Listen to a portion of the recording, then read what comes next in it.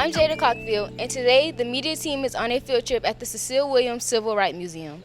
Now, let's head over to a special interview with Sanaa Shannon and Serenity Williams. Good morning. I'm Serenity Williams, an 8th grade student at LCMS. Today, I'm here with Mr. Cecil Williams. Cecil Williams is a photographer.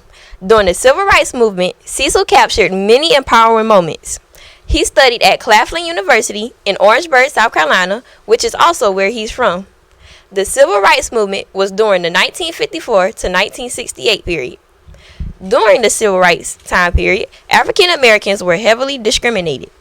We weren't allowed to sit wherever we wanted on the bus.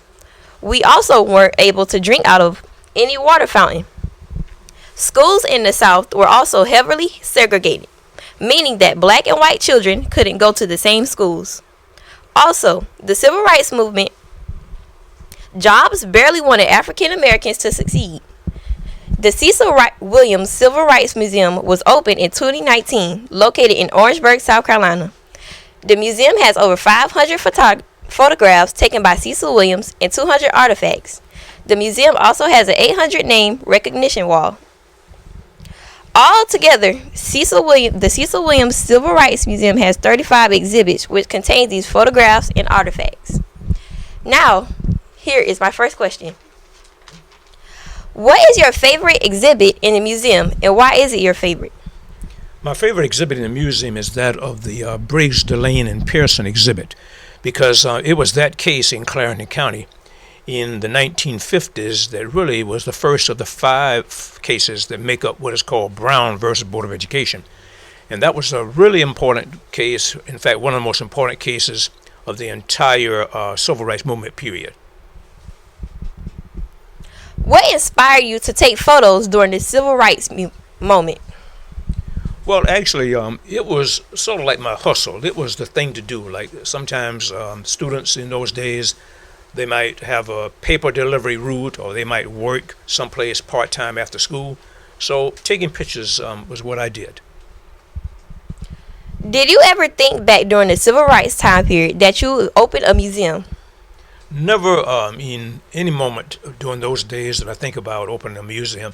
It was something that kind of came about over the last 30 years. But in 2019, my wife, who is present with us today, my sister, who is deceased, and we put our thinking together on it, and we just went ahead and started making it happen. And it's a reality today. And since we started, we've had about 11,000 visitors. So we're very proud of the fact that we are attracting people to come and see the exhibits that make up this very important period of history. Have you ever had a time where you were discriminated during the movement, and what were you doing as you were being discriminated? Well, growing up in Orangeburg, South Carolina, everything that I did was, discrimination, and it was racism that prevailed. If you wanted to go to the library, you could not go to the library here in Orangeburg. You could not play on the tennis courts or the baseball fields. There would be separate baseball fields or none at all. So from everything I did, from education to working to just moving around town, there was racism and discrimination. Do you have any advice to a child who's being discriminated because of their skin color? Yes, well, again, today that is against the law. So if you feel that you are being racially discriminated against, you should report it to your teachers or your elders or your parents, because it's something that should not be allowed today. And we have had laws that govern that, and again, it is against the law to discriminate against a person because of his race or color of his skin. Some states have a war on books and black history. How is your museum attempting to rectify that situation? Well, hopefully they won't allow these laws to come back that kind of segregate us here in America, or they don't want to our history to be known. But I don't think they will get very far in those laws. I think that the right will prevail, and we will be allowed to share our history, because African American history is American history. And I think that it is of interest to everyone. And if something happened, we ought to be able to tell the truth about it at all times, in any circumstance. Mr. Williams, you lived through the civil rights era. What do you want students to understand how it was different back then from today? Well, as you go through this museum, you will see we have pictures of things that happened then and people. So I want you to, if you have time, read the captions, find out who these people are. What were the obstacles that they faced? What were the challenges? Was it because they were, again, trying to farm and could not buy the seeds because they were discriminated against?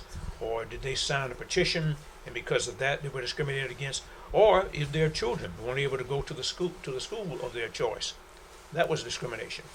So this museum is full of these kinds of instances, and we hope that you will see what it was like then and pay tribute to these people, really the pioneers who helped us to overcome that period and racism and discrimination in the United States. Those are all my questions that I have for you today. Thank you for your time, Mr. Williams. Much enjoyed talking with you. I am really amazed that students of your age, you say you're in the 9th grade? I'm in the 8th grade. In the 8th grade, that you're doing what you're doing, and you're really, this is state of the art and high tech and editing and video and you using, of course, the computers. And it's amazing the difference it is now as it was back during my days. During the days that I was growing up, I had cameras, of course, but after taking the photographs, I had to go into a dark room and develop my pictures.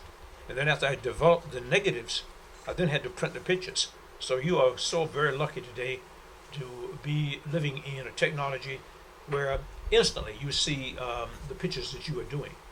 This is a miracle that you're holding in your hands. Of course, the cameras you have.